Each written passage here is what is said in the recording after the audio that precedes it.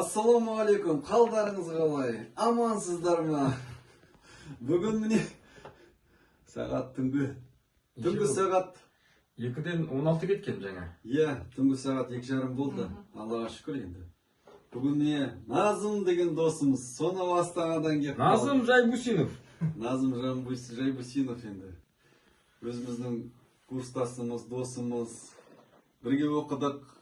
Сонау Астанадан келіп қалды, өзі композитор, енді біраз ақындығы да бар, керемет өнер иесі, өзі домбырашы деген сияқты. Композитор. Гитарашы деген сияқты, иә. Сол енді біраз сіздерге видео түсірейік деп, бәкеңнің үйінде отырмыз, шарақта шай ішіп отырмыз енді. Енді ренжімеңіздер енді, біраз енді қордақты жеп қойдық біраз енді. Сіздерге қалмады енді, айып еттіңіздер, иә. Түн ішінде пісірген қордақты. Иә. Біз түнде ұйықтамаймыз сәке, иә? Анара 2-3 дейін. Бәкеңнің жұбайы енді Анара ханым пісірген қордағы енді, иә. Біз әлі жаспыз, ұйықтамаймыз түнде Сол. Енді не айтсақ болады? Енді біраз проекттарымыз бар енді. Енді біраз тақырыптар бар, ойлап тұрмыз енді. Назым негізі жай адам емес, ойламаңыздар жай адам деп. Назым деген енді ана әнді білесіздер ғой? Сағындым сарғаямын, нәзігім өзіңсің, на-на-на-на-на-на-на, жұлдызым өзіңсің, на-на-на-на-на-на-на, на-на-на-на-на-на, на-на-на-на-на-на, на-на-на-на-на. Сағындым мен сені, мөлдір көздеріңді, нәзік сөздеріңді сағындым деген әнді білесіздер ғой барлықтарыңыз. Енді Меруерт Тұспаева орындаған, керемет орындаған. Ол кезде біз баламыз, мен баламын. Ол кезде ауылда тұрамын. Сол кезде бір шет естіген кезде кереметтей жүрегіме әсер қалдырды рас. Енді сол әнді орындағымыз келіп отыр енді. Жаңа стильда енді ремикс жасап, бір диско жасамақшымыз енді. Енді сіздердің бір құпияларымызбен бөлісіп қояйық. Сондай бір ән жазайын деп тұрмыз енді. Назым өзі келіп отыр енді. Неше жыл бірге араласамыз енді, ағайын туысқандай болып кеттік енді. Бір ән жазған жоқ. Нанды бөлісіп жегенбіз. Иә. Бөлісіп жегенбіз. Қара нан. Мені бөлісіп жегенбіз. Наннан басқа ешнәрсе болмайды, әбші жейтін. Нан мен су. Сөйтіп жүріп, айтады ғой, өнер адамдардың дейді, негізі аш та болады, аш ұстаған кезде дейді, сол кезде шынайы өнер шығады дейді. Тоқ адам бар ғой, тоқ адам, тойып тұрған адам, жаңағыдай семіз адам деген. Оны ұйқысы кеп, одан өнер шықпайды, нағыз өнер аш адамнан шығады. Сондықтан өнер адамдан ашты көріп, зарплатасын аз қылу керек olur. Иә, Құдай сақтан жай бәрі қалжың, негізі шынымен де өнерге ақша бөліну керек. Зарплатасы көп болу керек. Аранжировка деген сияқты бәрі қаражат, оңай шаруа емес. Ән жазу деген енді бір әнді кейде шын айтайын енді. Бір ән кейде 1 жыл, 2 жылға дейін созылып кетеді жазылу. Сондықтан ән жазу керек. Шай ішіп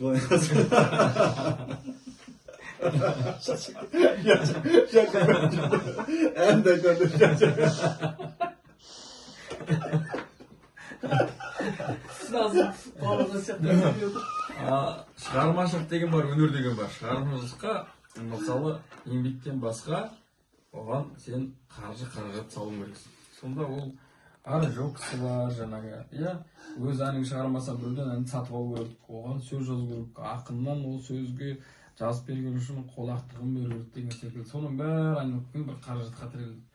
Өнер адамдар енді мынау қаражатқа айналады. Той, томалақ, концерттен кейін тебен түссе, шығармашылық адамы солай бөліп салып отырады. Сонда бірдеңе шығады. Ана художник бар ғой, суретші. Ол да краскасын сатып алады, анасы мына сатып алады ғой.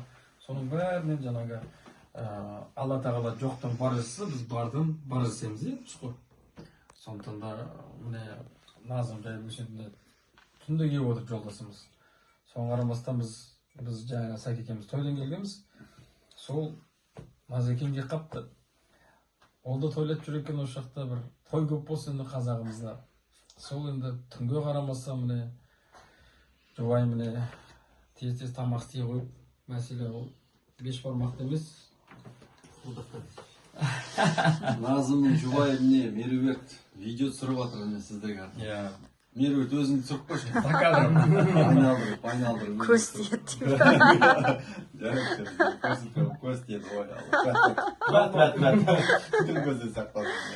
Міне осы гитарамен Назым общагада біздің жұлдызы болатын кезінде. Өз ән шығарады. Сол кезде біз ұқпаймыз ғой. Қыздардың да жыладым дейді әке. Ой, не то слово. Сондықтан да осындай гитарамен салған кезде Ана жері бар ғой анау. Сағындым мен сені, мөлдір көздеріңді, нәзік сөздеріңді, толқыным деген болған ғой. Негізі жері бар ғой, оказывается бар ғой. Просто өзгертіп жүрген ғой. Мика ренжима деп сағындым деп. Қазір Мика уже ренжимейді екен. Айта бер дейді. Айта бер толқын деп. Рұқсат беріп тұр ғой. Ұялмай қысылмай. Тоқалалыға рұқсат беріп отыр саған. Иә. Ой, Назымский енді негізі былай күліп нетеді енді. Күле алады негізі. Күле алады негізі. Өте позитивный адам. Просто ұялшақ. Иә, аз ұялып қалды. Түнгі уақыттарда шамын сөніп қалғанда, перделерді ашып терезе алдында, жұлдызды аспанға ойлай қарап тұрып, өлең шығарамын гитараны алып. Сағындым мен сені, мөлдір көздеріңді, нәзік сөздеріңді, сағындым мен сені, мөлдір көздеріңді, нәзік сөздеріңді, сағындым. Жұлдыздар көріп тұр мені де сені де, сенбемін секілді сағынып жүрсің бе? Неге жұлдыз арқылы сөйлесе алмаймыз, бірімізді біз көре алмай? Сағындым мен сені, мөлдір көздеріңді, нәзік сөздеріңді, сағындым мен сені, мөлдір көздеріңді, нәзік сөздеріңді, сағыныш күн сайын қосыла береді, жүрегім менің кездесуді тілейді. Кездескенше енді айлы түн астында, сол күнге дейін нәзік жаным шыдар ма? Сағындым мен сені, мөлдір көздеріңді, нәзік сөздеріңді, сағындым мен сені, мөлдір көздеріңді, нәзік сөздеріңді, сағындым.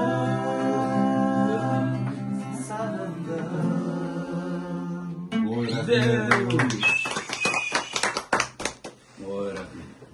Назым шайдан алып отыр, вареньеден алып отыр. Варенье деген керемет қой. Варенье жақсы көреміз біз. Түннің бір уағында қап отырмыз енді, иә. Көршілер енді ренжімесін енді, иә. Көршілер кешісін естімейді. Енді біз қазақпыз ғой. Құдайы қонақ дейді. Ана жолаушының ақысы бар дейді. Адам жаңағы 40 қадам үйде шықса мүсәпір дейді. Сондықтан да жолдас болсын, кім болсын, иә, әрдайым біз қарсы аламыз. Сағат түнгі 3 болды енді. Орыстар айтады, спокойной ночи десе, қазақтар приятного аппетита. Сол әңгіме. Жарайды. За ребят.